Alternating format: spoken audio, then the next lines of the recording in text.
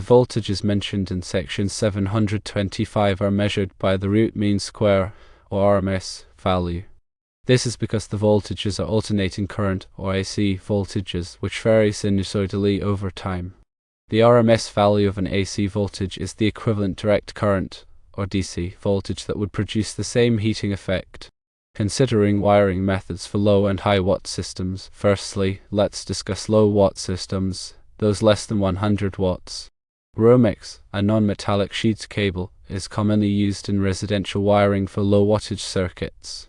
An MD90 is a non-metallic sheet cable rated for 90 degrees Celsius temperatures, suitable for low wattage systems in commercial and industrial applications.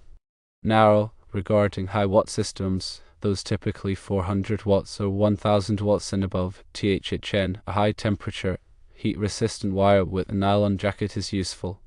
XHHW-2, an extra heavy-duty heat-resistant wire, is suitable for high-wattage circuits in commercial and industrial settings. The installation methods for these wiring systems are very important. Conduit protects wires from damage and prevents electrical fires.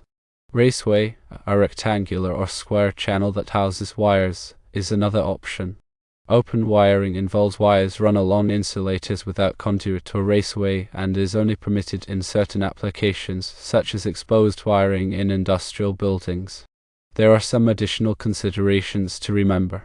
Firstly, wire size.